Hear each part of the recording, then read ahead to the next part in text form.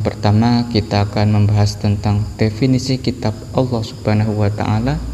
Yang kedua, kita akan membahas hubungan kitab Allah. Yang ketiga, kita akan membahas mengenai perbedaan kitab Allah Subhanahu wa Ta'ala.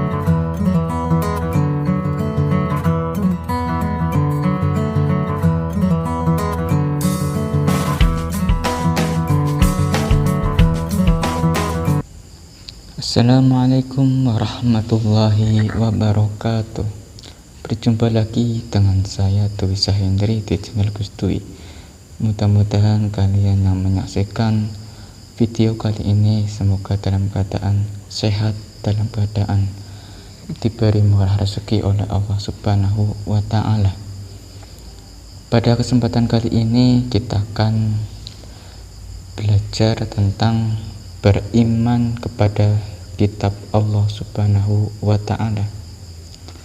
Beriman kepada kitab Allah Subhanahu wa Ta'ala merupakan rukun iman yang ketiga, di mana rukun iman yang pertama itu beriman kepada Allah, rukun iman yang kedua iman kepada malaikat Allah, rukun iman yang ketiga beriman kepada kitab Allah, rukun iman yang keempat beriman kepada Rasul Allah, rukun iman yang kelima iman kepada hari akhir, rukun iman yang keenam beriman kepada qada dan qadar.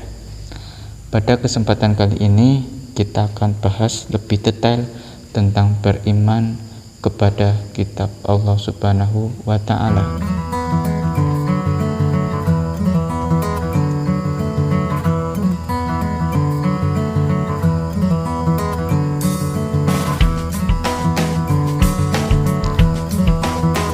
Di situ ada gambar kitab, ada dua kitab ya.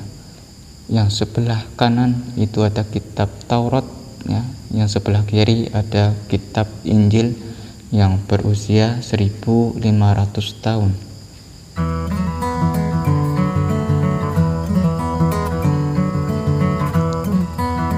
Kemudian di situ ada kitab Al-Qur'an, kemudian ada kitab Zabur.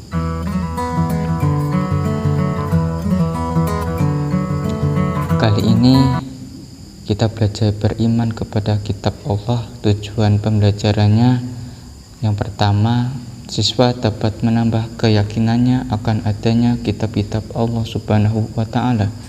Yang kedua, siswa dapat bersikap sesuai ajaran isi kitab Allah sebagai wujud beriman kepada kitab Allah Subhanahu wa Ta'ala. Yang ketiga, siswa dapat menyebutkan kitab Allah yang wajib diimani. Yang keempat, siswa dapat menjelaskan perbedaan Al-Quran dengan kitab yang lainnya. Yang kelima, siswa dapat menjelaskan beriman kepada kitab Allah Subhanahu wa Ta'ala. Dan yang keenam, siswa membuat sebuah karya dalam bentuk video yang kontennya wujud beriman kepada kitab Allah.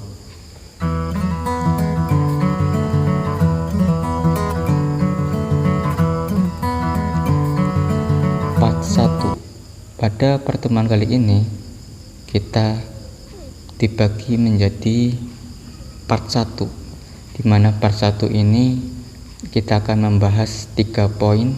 Poin yang pertama, kita akan membahas tentang definisi kitab Allah Subhanahu wa Ta'ala. Yang kedua, kita akan membahas hubungan kitab Allah. Yang ketiga, kita akan membahas mengenai perbedaan kitab Allah Subhanahu wa Ta'ala.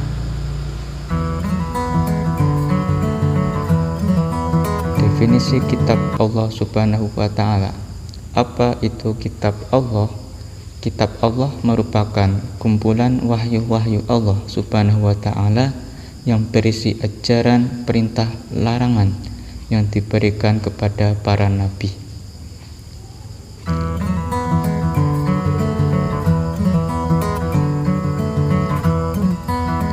Allah Subhanahu wa Ta'ala menurunkan kitab melalui malaikat Jibril alaihissalam kepada para nabi.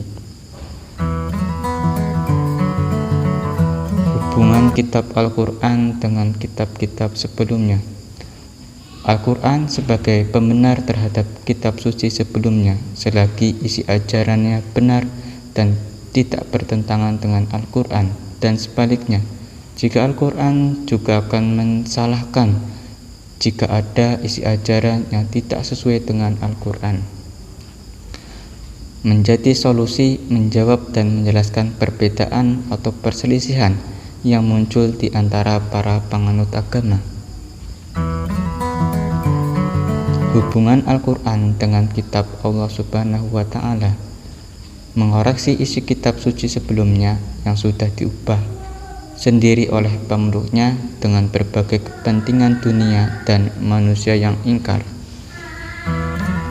Mengenal kitab Allah Subhanahu wa Ta'ala. Allah telah menurunkan kitab di dunia sebanyak 104 kitab dan suhuf. Dari 104 kitab dan suhuf diberikan kepada Nabi Syis alaihissalam sebanyak 60 kitab, 30 kitab kepada Nabi Ibrahim, kemudian kepada Nabi Musa alaihissalam sebanyak 10 kitab ditambah 1 kitab Taurat. Kemudian kitab Zabur diturunkan kepada Nabi Daud alaihissalam, kitab Injil kepada Nabi Isa alaihissalam, kemudian Al-Quran kepada Nabi Muhammad Sallallahu Alaihi Wasallam.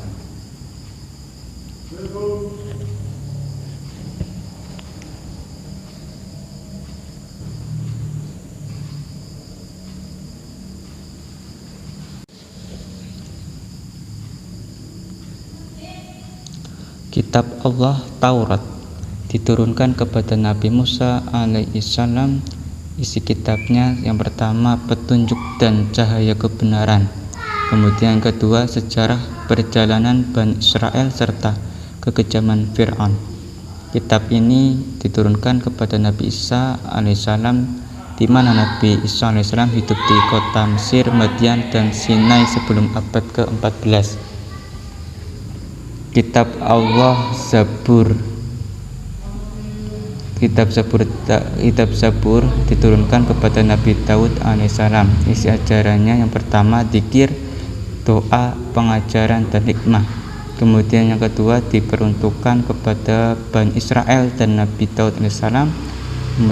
Kitab Zabur ini diturunkan pada masa 10 abad sebelum Masehi. Kemudian kitab Allah Injil diturunkan kepada Nabi Isa alaihissalam. Isi kitabnya petunjuk dan penerang. Nabi Isa hidup di daerah Kan'an. Kemudian kitab yang terakhir yaitu Al-Quran, kitab yang masih asli isi kandungannya dan masih dijaga oleh Allah hingga hari kiamat. Terkait Al-Quran kita akan bahas pada part 2. Perbedaan Al-Quran dengan kitab Allah. Yang pertama, Al-Quran menjadi satu-satunya kitab suci yang dijaga keasliannya dan keutuhannya. Yang kedua, Al-Quran menjadi satu-satunya standar yang layak dijadikan pedoman kebenaran umat manusia. Dan yang ketiga, Al-Quran satu-satunya kitab yang ditulis dan dihafalkan sejak masa turunnya. Thank you, semoga bermanfaat. Jangan lupa untuk like, subscribe, dan share. Mudah-mudahan bermanfaat. Bila mana ada pertanyaan, silakan boleh tulis komentar terbaik Anda di kolom komentar. Terima kasih. Assalamualaikum warahmatullahi wabarakatuh.